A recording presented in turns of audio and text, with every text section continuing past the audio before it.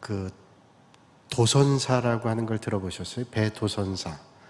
이 도선사는 큰 배들이 항구에 들어올 때 접안한다 그러죠. 배가 들어올 때 그 큰 배가 들어오려면 그 바닷길을 잘 알아야 되는데 그 바닷길을 잘 모르는 선장들이 있단 말이죠. 그러니까 그 지역을 잘 알고 있는 도선사들이 파이럿이라고 그러는데 이 사람들이 배를 이렇게 안내해 옵니다. 옛날에 우리 김건배 장로님이 가까운 친한 친구분이 부산에서 이 군산항 자주 오는데 올 때마다 수요 예배 꼭 드리셨어요. 벌써 꽤 오래됐는데 몇 년 동안을 그렇게 예배 드리셨는데 그분이 도선사였습니다. 도선사. 그래서 예배를 드리고 가끔 이렇게 말씀을 들은 적이 있는데 저도 부산에서 목회할 때 섬기던 교회 도선사가 몇 분 있었어요. 이 도선사는 선장을 한 지 20년이 지나야 시험을 치러서 도선사가 될 수 있다고 그럽니다. 그러니까 상당히 힘들죠. 도선사가 된다는 건. 왜 그게 힘든가 하면 백길을 알아야 되는 거죠. 백길을. 그러니까 큰 배가 들어오려면 아무데나 들어올 수 있겠어요? 배 깊이가, 물속 깊이가 얼마나 되는지 다 알고 고기를 잡는 선장분들은 또 배를 운행하는 분들은 배가 갈 수 있는 길, 뱃길을 알고 있는 지도들을 다 보고 숙지하고 그러고 가신다는 얘기를 들었는데 그 항구를 들어올 때 도선사의 도움을 받아서 들어오는데 그 경비가 꽤 비싸다 그래요. 이분들이 연봉이 꽤 많다는 제가 말씀을 들었어요. 그러니까 보통 실력 가지고는 어렵다는 거죠. 자, 백길을 알아야 큰 배들도 들어올 수 있고, 그래서 큰 배들은 거의 못 들어올 경우에는 먼 바닷가에서 있잖아요. 그래서 작은 배들이 왔다 갔다 하는데 우리 옛말에 그런 말이 있습니다. 10길 물속은 알아도 한 길 사람 속은 모른다. 10길, 물길도 잘 모르는데 물속을 어떻게 알겠어요, 사람들이. 요새 딱 컴퓨터 장치로 뱃속을 보고 또 물속을 보고 물고기 어딘가도 보고 그런다는 말씀도 들어보고 저도 실제로 배를 타고 그렇게 보기도 해봤는데 그래도 어떻게 우리 육안으로 보는 것처럼 똑바로 볼 수 있겠어요? 그렇게 측량해 가겠죠. 그런데 옛말에 우리가 말하기를 10길 물속은 안 돼요. 그런데 한 길 사람 속은 모른다. 그런 말이 있어요. 10길 물속은 알아도 한 길 사람 속은 모른다고 하는 것은 사람 속은 참 알기가 어렵다는 겁니다. 우리가 사람도 서로 알기가 어려운데 오랫동안 친하고 사귀었는데도 어떤 때는 모르는 모습들을 알게 되잖아요. 잘 알고 결혼을 했는데 결혼하고 나니까 모르는 면도 많이 발견하게 됐다. 그럴 수 있을 거예요.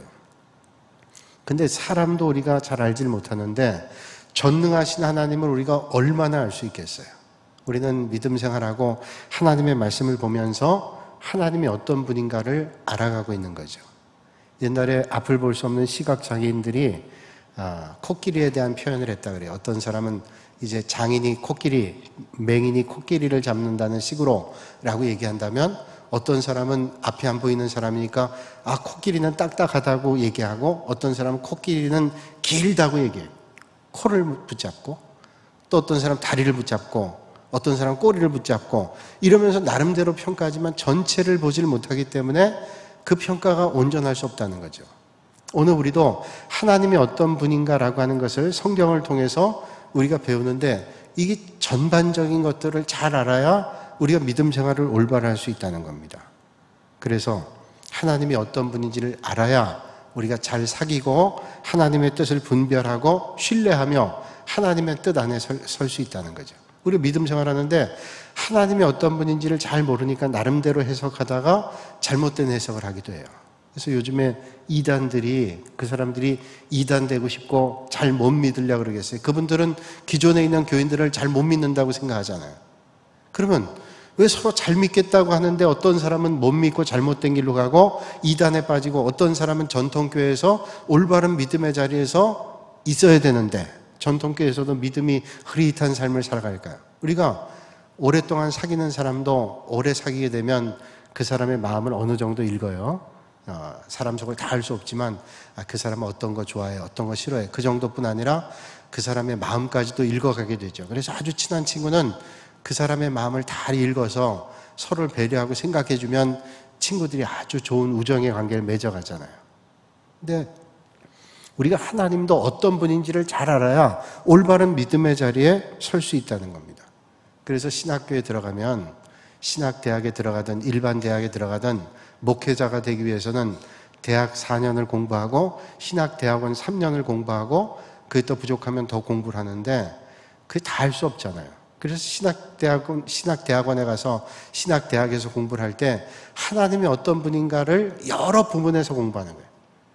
근데 성경만 봐가지고는 하나님에 대한 걸 온전히 알 수 없기 때문에 그 주변 학문들을 같이 공부합니다. 교회 역사는 어떻게 됐는가, 역사 신학을 공부하고 성경에는 어떤 말씀을 주고 있는가, 구약성서와 신약성서, 성서신학을 공부하고 그리고 이 기독교에 대한 논리를 세상 사람들에게 어떻게 변증할까라고 해서 조직신학을 연구합니다. 그래서 세상 사람들에게 하나님은 어떤 분이고 하나님의 속성은 어떤 것들이다 라고 하는 것을 말하게 되는 거예요. 오늘 우리가 예수 믿을 때에도 하나님이 어떤 분인가 하는 속성을 알고 있죠. 하나님은 사랑의 하나님이에요. 하나님은 공의의 하나님이에요. 하나님 무소부지하시고 전지전능하시고 영원부터 영원까지 계시는 알파와 오메가 되시는 하나님입니다. 여러분들이 알고 있는 내용들이에요. 그러니까 하나님은, 우리가 알고 있는 하나님의 속성은 그런 것들을 다 알고 계시다는 거예요. 그게 성경에 다 말씀하고 있는 말씀인데 우리가 정리하는 거죠. 또 신학의 분야 가운데는 실천신학이라고 하는 게 있습니다. 목회 상담이라든지 또는 설교라든지 예배라든지 윤리라든지 이런 분야들이 있어요. 그런 것들을 다 총체적으로 공부해야 건전한 신앙이 되고 신학이 될 수 있다는 겁니다. 성경을 많이 보면 성경에 대한 말씀을 알고 이해할 수 있지만 그걸 가는 가이드가 필요하죠. 잘 알려주는 그 가이드가 돼야 되는데 평신도들은 자료의 한계가 있고 그 분야를 잘 공부하지 못했기 때문에 전문가인 목회자들이 더 미리 공부하고 그 분야를 공부하기 때문에 가이드가 되는 거예요. 여러분 성지순례를 가든 선교지를 가든 여행을 가든 여러분들이 갈 때 개인적으로 갈 수도 있고 어떤 가이드를 따라서 패키지 여행을 갈 수도 있어요. 근데 그 지역에 대해서 아무것도 공부하지 않고 알지 못하고 그냥 가서 보는 거 하고 또 가이드를 따라가는 것과 가이드를 따라가지만 자기가 공부해서 가는 것과는 보고 배우고 익히는 게 천차만별이에요. 그냥 가서 보긴 다 봅니다. 다 보긴 봐요. 예배당도 보고 또 관광지도 보고 여기저기를 다 봐도 이게 그 내용을 모르고 보면 그냥 보고 끝나는 겁니다. 미리 공부하고 또 그 길을 알고 있는 사람이 설명해 주면 이게 이런 뜻이 있구나 하는 것을 알 수 있어요. 요즘 제가 우리 재직 수련회도 말씀드렸는데 성지연구반 예습을 하면서 제가 요즘에 성서지리에 대한 은혜를 너무너무 많이 받는 거예요. 그래서 이스라엘, 베들레헴, 예루살렘 쭉 그 지역을 아주 세세하게 공부하면서 그게 그 지역만 보는 게 아니라 그 지역의 역사를 보는 겁니다. 역사를 보면서 같이 보니까 훨씬 입체적으로 이해가 돼요. 그리고 성경을 보니까 성경 말씀이 훨씬 이해가 되더라는 거예요. 그러니까 성경을 볼 때 우리 설교하는 목회자들이 그 성경 본문에 대한 배경을 말씀해주고 어떤 상황에서 이런 일들이 있었는가를 쭉 말씀해주면 여러분들이 훨씬 이해가 빠르단 말이죠. 그러니까 오늘 우리가 믿음 생활할 때 하나님이 어떤 분인가를 우리가 잘 알면, 친구도 잘 알면 우정이 깊어지는 것처럼 하나님에 대해서도 우리가 잘 알게 되면 하나님이 어떤 분인지, 그 하나님 앞에 우리가 어떻게 나가야 되는지, 어떤 믿음의 길을 걸어야 되는지를 잘 알 수가 있다고 하는 것입니다. 자, 오늘은 하나님의 속성 공부하는데 여러분 벌써 몇 달 동안 그 조직신학적 변론에 대한 것들을 지금 쭉 공부하고 있어요. 말씀 나누는데 처음에는 666, 이단이 왜 빠지는가 666에 대한 말씀 나누고 그 다음에 성경의 계시에 대해서 말씀했고 그 다음에 성경의 영감에 대해서 말씀했어요. 영감에 대해서 그 영감설, 그 다음 하나님이 어떤 분이냐 신론 얘기하고 그런 내용들을 쭉 하고 있는 가운데 하나님의 속성입니다. 제가 다른 제목을 들어 말하고 있지만 조직신학에서는 신론, 변증, 오늘 같은 경우는 하나님의 속성 가운데 편재와 전지를 말하고 있어요. 자, 그러면 오늘 하나님의 속성 가운데 편재성과 전지성을 말씀하고 있어요. 너무 어려운 말일 수도 있어요. 편재라고 하는 말을 여러분들이 사전에 찾아보면 한쪽 편을 든다, 한쪽 편에 있다 이렇게 표현하는 것도 있는데 그런 편재가 아닙니다. 여기서 말하는 편재성은 하나님께서 어디나 계시다. 그런 말이에요. 어디나 계시다. 어디나 계시다. 하나님은 어디나 계시다라고 하는 편제를 얘기하는 거예요. 그래서 영어로 얘기하면 omnipresence라든지 여러분 많이 들어보셨는데 ubiquitous, 어디에나 있다. ubiquitous. 그래서 쌍방향이 소통하는 거죠. 어디에서나 소통이 되는. 그러니까 하나님께서 어디나 계시다는 거예요. 예배당에도 계시고 여러분의 일터에도 계시고 가정에도 계시고 미국에도 계시고 한국에도 계시고 독일에도 어디에나 계시다는 거예요. 과거에도 계시고 오늘도 계시고 앞으로 미래에도 계시다. 그러니까 시간과 공간을 초월해 계시는 하나님. 그래서 우리는 여기 있으면 저기 없잖아요. 또 시간이 가면 이 시간 다시 오지 않는데 하나님에게는 과거나 오늘이나 미래나 다 존재하시는 하나님이라는 거예요. 그러니까 우리의 개념으로는 이해가 안 되지만 성경에 말씀하신 바로는 그 하나님은 초월적인 하나님, 그래서 초시간적, 초역사적인 존재다고 말씀하고 있어요. 그러니까 하나님은 어디나 계시다라고 하는 게 편제성입니다. 어렵게 얘기하지만 하나님은 어디 계세요? 여러분 어디에나 계시는 하나님을 믿으시죠? 어디에나 계세요. 그래서 예전에 제가 우스갯말로 그런 말 했는데 노회 어떤 모임이 있는데 목사님이 옛날에 미국 가기 어려울 때 미국 갔다 오셔가지고 설교 때마다 미국 얘기를 해서 그 목사님이 노회 어른이었대요. 그래서 순서를 맡으면 뭐 안 시킬 수가 없어가지고 설교 맡기면 설교 시간에 미국 간 얘기만 하고 또 뭐 얘기하면 미국 간 얘기만 해서 목사님에게 순서는 맡겨야 되게 축도만 하시라고. 축도하면 미국 간 얘기 못 하잖아요. 이 목사님이 이제 미국 간 얘기 못 할 거라고 그랬더니 축도할 때 그러더래요. 미국에도 계셨고 한국에도 계셨던 축도할 때 그렇게 했다 그래요. 그러니까 그 말이 하나님의 초월성에는 어디나 계시는 하나님, 어디나. 여러분 유대인 포로 수용소가 있잖아요. 600만 명이 나치에 의해서 살해를 당했는데 가스실에 들어가서, 그래서 육신적으로 연약한 사람들, 또 연세가 많은 분들, 어린아이들, 이런 아이들을 먼저 가스실로 넣었다 그러죠. 이스라엘 가면 그런 박물관이 있어요. 더 쳐요. 세계 곳곳에 그 학살한 박물관들이 있습니다. 그건 기억해라.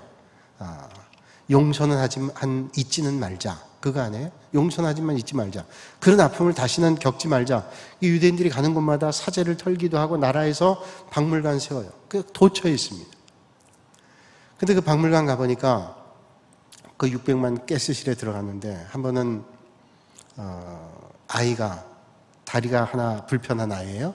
이 아이를 이제 아이인데다가 몸이 불편하니까 자기들의 노동 가치가 없는 거예요. 그래서 그 아이들을 가스실에 들고 왔는데 가스실에 가라 그러면 누가 가겠어요? 그러니까 그 샤워실에 가는 거예요. 샤워실 가면 물이 나오면 샤워하는 거고 가스가 나오면 죽는 겁니다. 그러니까 언제 죽을지를 모르는 거예요. 가스실 끌려갔는데 사람이 본능적으로 느껴지는 거죠. 그날 엄마를 못 보고 나온 아이가 막 울부짖는 겁니다. 근데 마침 일하고 수용소로 돌아온 어머니가 그 아이의 울부짖음 소리를 들으면서, 어머니는 알잖아요. 순간적으로 이게 자기 아이 소리인지 아닌지를 알잖아요. 그 아이가 끌려가는 걸 보고 따라갔어요. 그 독일 병사들이 제재를 하지만 나도 가겠다고. 그 끌려가는 아이가 고통스럽고 무섭지만 엄마가 따라가는 거예요. 엄마가. 그래서 엄마가 가스실에서 같이 죽는 겁니다. 죽는 것까지만이죠. 영혼까지는 그 마지막 순간까지 하나님께서는 할 수 있지만 우리 인생은 그렇지 못해요. 믿음 밖에는 가능하지 않은 일이란 말이죠. 여러분, 하나님께서 편지하시나 어디다 계시나라는 것은 우리에게 얼마나 위로가 되고 힘이 되는지 몰라요. 예전에 많으신 어르신들이 기도하실 때 무소부지하신 하나님, 그렇게 기도했습니다. 무소부지하다라는 말은 문자 그대로 존재하지 않는 장소가 없다. 그러니까 편지하시다. 어디나 계시다는 거죠. 하나님 계시지 않은 곳은 없다라는 겁니다. 그러니까 이 편재성은, 하나님은 어디다 계시다는 말은 우리가 어떤 생각을 갖게 하는가 하면 어디서나 하나님을 생각하게 하는 마음이에요. 자, 하나님이 어디나 계시니까 우리가 그 하나님을 묵상하다 보면 하나님을 늘 생각할 수 있게 돼. 여기도 하나님이 계시지, 저기도 하나님이 계시지. 아이들이 멀리 해외에 떠나 있거나 군대에 가 있거나 우리는 따라갈 수 없어요. 우리가 군대를 따라갈 수 있나요? 또 아이가 멀리 미국에 공부하러 가거나 외국에 공부하러 가거나 일하러 갈 때 우린 따라갈 수 있나요? 따라갈 수 없지만 편지하신 하나님께서 거기에 하시기 때문에 우리는 그 하나님을 의지하고 하나님께 도움을 구할 수 있죠. 하나님, 이 아이가 군대 가는데, 전쟁터에 가는데, 배를 타고 항해를 가는데, 외국에 공부하러 가는데 편지하신 어디나 계신 하나님께서 이 아이를 눈동자같이 돌봐주세요. 그러니까 그런 마음의 확고한 의식을 가지고 믿음을 가지면 그런 마음을 가지고 우리는 담대하게 살아갈 수 있다는 거죠. 그래서 하나님은 편지하시다, 무소부지하시다는 마음을 가지면 내 생각과 마음과 행동을 행할 때 하나님을 의식하는 삶을 살아갈 수 있다는 거예요. 이게 우리의 믿음 생활에 얼마나 유익한지를 몰라요. 그래서 두 가지의, 여러 가지를 얘기할 수 있지만 두 가지를 얘기할 수 있는데, 하나님께서 어디나 계신다라고 하는 것은 오늘 우리에게 위로와 평안을 줍니다. 위로와 평안을 줘요. 자, 위로와 평안을 주죠. 아무도 없다 그럴 때, 힘들 때는 힘들어요. 내가 이렇게 고통당하는 걸 누가 아나? 내가 주님 믿고 믿음의 길을 가려고 내가 이렇게 힘겨웠던 것을 누군가 아나? 여러분, 요셉 아시죠? 요셉이 억울하게 형제들에게 미움받아가지고 꿈은 하나님께서 머리가 되게 해주시겠다 그러는데 그 앞에 펼쳐지는 삶의 자리는 부동에 빠졌다가 애굽의 상인에게 팔려가서 종으로 있다가 억울하게 또 누명을 뒤집어 씌워가지고 감옥에 가고, 감옥에 가서도 건실하게 삶을 하나님 앞에 죄를 짓지 않겠다 그랬는데 감옥에서 나올 길이 없고, 자기를 빼내주겠다는 사람은 까맣게 잊어버린 것 같고, 그런데 요셉이 어떤 마음 가졌어요? 하나님의 편재성을 알았어요. 어디나 계시고 하나님 앞에서 내가 죄를 짓지 않겠다, 이런 마음을 가지고 믿음의 길을 걸었단 말이죠. 그러니까 우리에게 그 하나님은 편지하시다, 어디나 계시다는 것은 우리에게 위로와 평안을 줍니다. 칼 바르트라고 하는 신학자는 그런 말을 했어요. 하나님은, 그가 신학을 전개할 때 하나님은 어떤 분이야? 초월적인 하나님이다. 초월적인 하나님, 높은 데 계신 하나님. 근데 그분이 로마서 1판이라고 하는 주석을 쓸 때는 초월적인 하나님을 얘기했는데, 그의 신학이 더 무르익으면서 로마서 2판을 주석할 때는 그 하나님은 우리 안에 들어와 계신 하나님이라고 그렇게 고백했어요. 그거를 신학적인 용어로 브레이크 인 했다 그래요. 주님께서, 초월하신 하나님께서 우리 안에 들어와 계시다. 그러니까 그분은 우리와 함께 하신 그런 분이라는 거죠. 여러분, 하나님은 초월적인 하나님이시만 멀리 계신 분이 아니라 하나님은 오늘도 우리 안에 계시고 우리와 함께 계시고 우리 안에 평강과 은혜 가운데 인도해 주시는 그런 하나님이시다 하는 사실을 믿으시길 바랍니다. 에이즈에 걸린 사람들이 가장 큰 절망은 에이즈로 이제 얼마 살지 못하고 죽는다는 거지만, 더 큰 고통은 외로움이라 그러죠. 외로움. 왜 외로움인가 하면 에이즈에 걸린 사람들은 다른 사람들과 가족들과 함께 살 수가 없습니다. 그러니까 떠나야 되는 거예요. 옛날에 나병 환자들이 소록도에서 격리된 삶을 사는 것처럼 가족을 떠나고 형제를 떠나고 외롭게 살아야 되는 것처럼 에이즈 환자들이 지금 고통받는 건 외로움입니다. 외로움. 가족도 다 떠나요. 어쩔 수 없는 거죠. 그러나 그 떠나 있는 순간에도 소록도에 있는 환자들이 위로받고 소망을 가진 것은 하나님께서 여기에도 함께 하신다는 거예요. 여기에도. 그게 얼마나 위로가 돼요. 형제들은, 부모는 어쩔 수 없이 다 떠날 수밖에 없어요. 부모도 그 안타까움을 보고 같이 하고 싶지만 자기도 거기에 전염이 되면 안 되니까. 물론 전염되는 나병도 있고 안 되는 나병도 있지만 하여튼 그게 격리해야 되는 병이기 때문에 함께 하지 못하잖아요. 외로운 삶을. 그러나 외롭게 모인 사람들끼리 신앙생활하며 믿음의 길을 걸으면서 그렇게 견뎌내고 이겨내잖아요. 그들이 이겨낼 수 있는 가장 큰 건 뭐냐? 소망입니다. 주님께서 함께 하신다는 믿음의 소망. 애양원 여수에 가면 애양원이 있는데, 애양원 교회 당회실에 들어가 보니까 거기 장로님들 쭉 사진 있는데 눈이 하나 없는 분, 팔이 꼬부라진 분, 선글라스 낀 분들이 그렇게 많아요. 눈이 빠진 분. 그런데 그분들은 그런 중에도 하나님이 그 안에 계시기 때문에 희망을 가지고 거기서 치료받고 회복된 분도 있고 그렇게 살아가는 분들이 있어요. 보브 위랜드라고 하는 사람이 있습니다. 보브 위랜드. 이 보브 위랜드라는 사람은 1980년대 초에, 그 전에 이제 월남전에 갔다가 월남전에서 사고로 이제 적의 총상을 맞았는지 파편 때문인지 두 다리를 잃었습니다. 두 다리를 잃었는데 이 사람이 미국 대륙을 횡단했어요. 두 다리가 없는데 맨몸으로 횡단했어요. 어떤 때는 목발을 집어야 되는데 목발로는 균형이 안 잡으니까 기어서 또는 팔의 힘으로 의지해서 이렇게 해가지고 미국을 횡단하는데, 미국을 횡단한다는 건 뭐냐면 LA에서부터 뉴욕까지 가는 거예요. 서쪽에서 동쪽까지 가는 겁니다. 시차로 따지면 5시간 차예요. 거리로는 4,500km. 얼마나 먼 거리인가 하면 4,500km면 여러분 이게 여러 날 가야 됩니다. 제 친구 목사가 LA에서 공부하다가 뉴욕으로 공부하는 것으로 옮기는데 LA에서 뉴욕까지 가는데 그냥 가면 되는데 자기가 가지고 있던 자동차가 있어서 자동차를 옮기려고 물어보니까 비싸더래요. 비싸기도 하고 이 친구가 장애를 가지고 있었기 때문에 뭐 대중교통 해가지고 짐 옮기는 게 힘들었어요. 자기 살림살이를 다 자기가 타고 있는 자동차에 넣고 이제 공부하는 학생이니까 LA에서 뉴욕까지 가는데 얼마나 걸렸냐 그랬더니 7일이 걸렸대요. 7일이. 그래서 어떻게 갔냐 그랬더니 LA부터 출발해가지고 가는 데마다 미리 호텔을 다 숙소를 예약을 해가지고 10시간씩 이렇게 10시간, 12시간씩 운전을 해가지고 그렇게 갔대요. 어떤 때는 사막길 같은 데를 가기도 하고 언덕길 가기도 하고 이게 평지 같으면 모르지만 이 길이 험한 길도 있고 그러니까 그 길을 이제 또 뭐 쭉 직진도로가 아니잖아요. 그래서 일주일, 7일이 걸려서 갔다는 거예요. 야, 정말 대단하다. 근데 2번은 못 하겠대요. 2번은. 얼마나 힘든 길이에요. 그런데 자동차를 타고도 그렇게 걸리는데 이 사람은 기어서 가든 엎드려 가든 뭐 어떻게 무슨 이용을 해서 가든 그저 자기 몸뚱이 하나로만 가지고 갔어요. 이걸 모르고 있던 사람들이 뉴멕시코에 ET 외계인이 출몰했다. 그래서 신고하기도 하고 어떤 사람들은 개가 티셔츠를 입고 하위를 달리고 있다. 그러니까 그 모습이 사람 모습이 아니잖아요. 몸뚱이만 가는 거예요. 팔하고 몸뚱이만 가니까 ET 같기도 하고 개가 티셔츠를 입고 가고 있다. 그래서 그 신고를 받고 보도 항공기들이 떴대요. 그래서 도대체 뭐 정말로 ET가 나타나냐, 개가 셔츠를 입고 가고 있느냐, 그렇게 보도 항공기가 뜬 정도도 있었다는 거예요. 근데 4,454km를 완주를 했대요.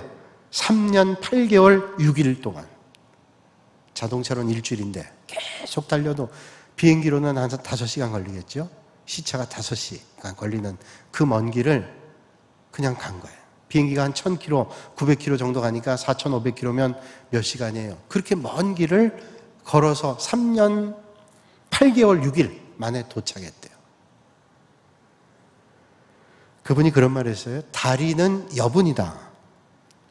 안 된다고 생각할 때는 다리가 12개라고 해도 아무것도 할 수 없다. 그렇게 얘기해요. 다리는 여분이래요. 안 된다고 생각하면 다리가 12개 있어도 안 된대요. 그러면서 마지막에 이렇게 얘기했답니다. 모두가 떠나도 자기의 인생의 마지막 그 순간까지도 하나님께서 함께 하셨다. 제가 이 말씀 드리려고 그래요. 모두가 떠나요. 그러나 마지막 그 순간까지도 하나님은 함께 하셨다. 제가 지난 주일날 데일 갤러웨이가 쓴 사랑으로 승리하라 하는 그 책에 말씀을 잠깐 드렸는데 제가 그 오래전에 본 책인데 머릿속에 이게 문득문득 생각하는 사건들이 있어요. 거기에 월남전에 참전했던 아들이 집에 전화를 했어요. 이제 전쟁이 끝나고 자기는 이제 전쟁이 끝나지 않았지만 자기는 이제 제대를 하고 온 거예요. 오면서 집에 전화했어요. 어머니 내가 이제 집에 갑니다. 그랬더니 아유 어서 오라고 널 기다리고 있었다고 그랬어요. 그러니까 아들이 예 제가 가는데 친구 하나를 데리고 갑니다. 친구 하나. 아 친구 데리고 얼마든지 데리고 오라고. 같이 전쟁터에서 생사고락을 한 친구입니다. 아이 뭐 누구라도 좋으니까 데려와라. 근데 이 친구가 다리 하나를 잃었어요. 다리 하나 잃었으면 어떠냐. 근데요 오른쪽 팔도 잃었습니다. 아 괜찮아. 네 친구인데 다리를 잃든 팔을 잃든 그게 무슨 상관이야. 근데 그 친구가 또 눈도 하나 잃었어요. 아 그거 상관하지 마라. 네가 온 게 얼마나 반가운데. 근데 어머니 이 친구를 제가 며칠 데리고 있을 게 아니에요. 평생 이 친구하고 살 겁니다. 살 거예요. 근데 어머니가 난감한 거예요. 네가 전쟁터에서 생사고락을 한 건 알지만 그런 친구하고 평생을 네가 같이 한다는 거는 지금 감정처럼 그렇게 평생 살아가기는 너무 힘들다. 그래서 안 된다는 얘기를 했어요. 며칠만, 아니 몇 달만. 그래 1년 정도는 우리가 어떻게 돌봐줄 수 있어. 그러나 평생을 같이 한다는 건 내 감정이니까 잘 좀 조정해서 그렇게 오면 좋겠다라고 얘기를 했어요. 그랬더니 아들이 예, 어머니 알겠습니다. 그리고 전화를 끊었어요. 그리고 꼭 2시간 뒤에 자기 동네 경찰서에서 전화가 온 거예요. 지금 권총 자살한 사람이 있는데 그 자살한 사람 신분증을 보니까 이댁 아드님이에요. 그게 누구였냐면 자기예요. 다리 하나 잃고 오른팔 잃고 눈 하나 잃은 게 누구냐? 자기였던 거예요. 어머니가 나를 과연 받아줄 건가? 평생 동안 받아줄 건가를 생각한 거예요. 저는 그 책을 보고 충격받았어요. 솔직히 그렇다면 어머니가 아니 자기 아들이 그런데 그걸 안 받아주겠어요? 근데 아들의 입장에서는 어머니가 얼마나 힘들까라는 걸 생각해 본 거예요. 여러분, 근데 하나님은요, 우리가 다리가 없든 팔이 없든 눈이 없든 세상 사람들이 지탄하고 조롱하든 하나님은 우리를 받으신다는 거예요. 여러분, 그 하나님께서 여러분과 함께 하심을 절대로 잊지 않고 믿으시기를 주님의 이름으로 축복합니다. 이게 하나님의 편지예요. 얼마나 큰 축복이에요. 하나님이 편지하신다는 건 어디나 계신데 그 하나님이 나를 함께 하신다. 나와. 그래서 여러분, 매일 하나님께서 함께 하신다는 사실은 우리 성도들에게 얼마나 무한한 격려와 힘이 되는지 몰라요. 여러분, 오늘 예배당에서 기도할 때도 하나님이 계시지만 여러분들이 집에 가는 그 길에도 여러분의 삶의 자리, 힘겹고 어려운 자리에도 하나님께서 여러분들과 함께 하시고 여러분들의 걸음을 인도해 주시는 그런 하나님이시라는 거예요. 감사하죠. 여러분, 오늘 힘든 자리 있으면 그 힘든 자리도 하나님이 함께 하세요. 기쁜 자리도 하나님이 함께 하세요. 편지하신 하나님, 어디나 과거에도 계셨던 하나님이 오늘도 내일도 함께 하시는 하나님. 그러니까 그 하나님은 떠나지 않아요. 오늘 우리가 믿음 가운데 있으면 우리를 늘 붙잡아 주시고 인도해 주시는 하나님이라는 거죠. 어떤 책에서 본지 기억이 안 나지만 그 내용은 참 감동스러운 내용이 있어요. 남편이 이제 결혼한 부부가 있는데 아내가 점점 시력을 잃어가요. 시력이 날 때부터 그런 사람도 있지만 점점 시력을 잃어가는 사람들이 있거든요. 아내가 시력을 잃어가는 겁니다. 아내가 남편을 보면서 민망한 거예요. 이런 나를 데리고 살까? 라는 생각을 가지는 거예요. 얼마나 불편할까? 미안한 마음도 드는 거예요. 남편은 전혀 개의치 않아요. 괜찮다고. 당신이 보지 못하는 걸 내가 도와서 당신의 눈이 되겠다. 그래도 미안한 거예요. 또 얼마나 나를 그렇게 사랑해 줄까라는 의구심도 드는 거예요. 정말로 이게 보이지 않지만 어렵게 취직을 해서 근무를 하는데 남편이 이제 직장이 이쪽에 있다 그러면 아내는 직장이 이쪽에 있어요. 정반대예요. 근데 보이지 않으니까 남편이 정반대지만 출근할 때 일찍 아내를 데려다 주고 돌아오고 자기 직장. 그러니까 시간이 배 이상 걸리잖아요. 집에서 가서 갔다 왔다. 정반대 길을. 그렇게 몇 년을 했어요. 근데 남편이 어느 날 그러는 거예요. 어느 날 그 아내에게 얘기하는 거예요. 여보, 내가 평생 그렇게 할 수도 없고 또 내가 먼저 세상을 떠날 수도 있는데 이렇게 하는 게 당신에게 꼭 도움이 되는 것 같진 않아. 그러니 당신 힘들어도 혼자 가는 방법을 좀 연구해보면 어떨까? 그 말을 듣는 순간 그렇지 라고 생각이 들면서도 얼마나 섭섭한지 그래 사람이란 게 그래 그런 마음이 들더라는 거예요. 너무 섭섭하네. 그러나 섭섭한 마음이 있지만 꼭 누르고 그럼 괜찮아요. 그동안 데려다 준 것도 너무 고마운데 그럼 이제 나도 혼자 사는 방법을 해야지. 그래서 이제 남편이 몇 달 동안 버스 타는 정거장에서 버스를 태우고 가게 하고 몇 달 동안 했어요. 남편이 이제 내가 몇 달 동안 했으니까 할 수 있겠지. 할 수 있다고. 그래서 그럼 해보라고. 그래서 버스 오는 거 태워주고 타고 가게 했어요. 몇 달을 그렇게 하는 거예요. 그러면서 익숙해지면서도 마음속에 섭섭한 마음이 떠나지 않는 거예요. 그럼 몇 달이 지나서 버스에서 이제 타고 종착지에서 내려서 직장 가려고 내리는데 그 기사가 그러는 거예요. 참 아주머니는 남편을 참 잘 만났어요. 그게 무슨 말 하냐 그랬더니 그 아주머니 남편은 내가 가만 보니까 버스에 타고 같이 올라타가지고 몇 사람 올라탄 다음에 올라타고는 그 아주머니가 내릴 때 얼른 뒤 따라 내려가지고 끝까지 가더라는 거예요. 그러니까 이 남편이 혼자 보내놓고는 보낸 게 아니에요. 사실은 이 아내가 어떻게 그 길을 갈까를 알려주기 위해서, 정말로 자기가 먼저 세상 떠날 수도 있고 어떤 일이 있을 수 있잖아요. 그러니까 그걸 알려주는데 시간이 더 걸리고 힘들어도 그 길을 알려주기 위해서 사실 먼 발치에서 보면서 따라간 거예요. 따라간 거예요. 그 직장에 들어가는 순간까지 그거 보고 또 끝날 땐 자기가 일찍 와서 그걸 똑같이 한 거예요. 그러니까 그 기사가 그걸 보면서 참 아주머니는 시집을 잘 가셨다고, 저렇게 훌륭한 남편이 어디 있냐고. 여러분, 그 훌륭한 남편 여러분들은 다 있으시죠? 없으세요? 여러분들에게 훌륭하신 예수 그리스도께서 여러분의 삶을 인도하신다는 것을 여러분 믿으시잖아요. 여러분, 사랑하는 아내가, 사랑하는 남편이 거기까지지만 영원하신 하나님께서는 그 이상으로 여러분들의 걸음을 인도해 주심을 믿으시길 바랍니다. 그게 편지하신 하나님이시라는 거예요. 그러니까 여러분, 그 하나님은 우리를 눈동자같이 돌봐주시고 어디에 가거나 우리와 함께 하시고 우리를 인도하시기 때문에 우리가 평안과 위로를 받으며 우리는 살아가게 됩니다. 그런데 또 하나가 있습니다. 하나님 편지하신다고 하는 것은 우리에게 어떤 것을 생각하게 하는가 하면 하나님을 의식하며 살게 되기 때문에 범죄하지 않도록 우리를 돌봐주세요. 그러니까 하나님이 우리가 늘 계시면 평안하잖아요. 내가 지금 어렵고 고통스러워도 하나님이 나를 알고 계시라고 하는 긍정적인 요소가 있지만 또 하나는 두려움을 줘요. 하나님이 나를 보고 계시는데 내가 하나님 앞에 어떻게 죄를 지을까? 이런 두려움을 하나님이 주신다는 거예요.